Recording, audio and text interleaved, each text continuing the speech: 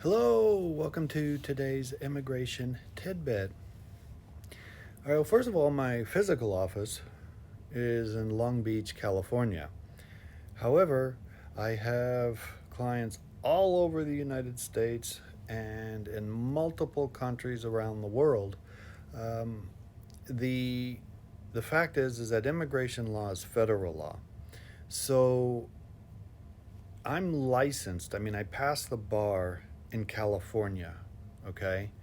And that means that I am allowed to practice immigration law anywhere in the United States, which means that, I have clients in Tennessee and Oklahoma and Florida and New York and, Missouri and all over. Um, because immigration law is a very specialized area of law. And just because someone's local doesn't mean that they know immigration law better than someone who, for example, has practiced it for over 30 years and is a certified specialist. Now, that doesn't mean, for example, that a particular application of a case is the same in California as it would be in Texas, as it would be in New York. Okay, but that all goes into knowing how to analyze the case and how to argue it. There are circuit courts of appeal that have different opinions depending where you are in the country, and the BIA, depending, may have different opinions. So, or the precedent may be different. So, all of that given, it doesn't matter where I am. This is the first part of your question. It doesn't matter.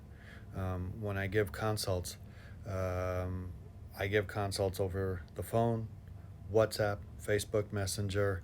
I actually very rarely now will give a physical consult in my office. Okay, which is sort of strange, if someone had told me that 5 years ago, but that's the way it is now, and it's no problem.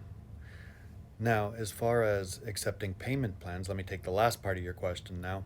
Um, Practically every case I take is on a payment plan. Um, this is how it is. I understand the situation, so it's a matter of making a down payment, and then the monthly payments come. My office works on the case, and of course we'll file it when we get done. Now, the second part of your question is, do you work with low income families? I do. I have several clients basically below the poverty level, but they always do seem to find a way to pay the attorney's fees, because the reality is, if you have a case that involves immigration, it's not just like a civil case where there's a money judgment here, a money judgment there, and then you have to do what you have to do to collect it or pay it. It's not like that. This is your life. When you're talking immigration, of course, it could end up in removal proceedings. It could end up, being separated for years. It could end up not being able to earn a living if it's not done properly. So the best thing I can tell you is, give my office a call, and I'll give you a consultation. I have scheduled, several days a week at certain times for consultations, and the initial consultation, if you want a free consultation, is up to 10 minutes. It's whatever it takes for me to determine what the problem is.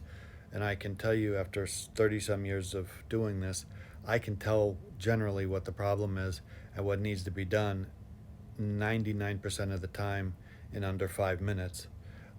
But for those people who want a paid consultation, which is either 20 minutes or 30 minutes, I offer those also. The main reason for the paid consultation, to be honest, is not so I can get a better idea of what's going on, because like I said, it takes me less than 5 minutes to formulate a plan, what needs to be done. It's more to give you, the person who paid the consultation, a much better understanding of what's going on. So I go into more detail about what procedures I'm going to use and what I think is the best chances of success and the immigration paths that will be taken, rather than in a free consultation where I just jump to the end and say, okay, well, this is what needs to be done, these are the costs, and so forth. So if you do want that understanding, you let me know.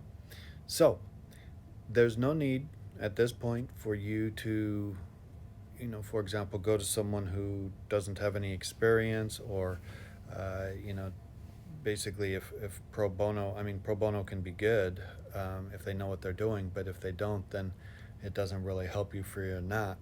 So since the consultation is free, the initial one, and since it only takes me a few minutes to determine what the problem is, it doesn't hurt you to find out and give my office a call and get the consultation set up so I can see how I can help. Okay?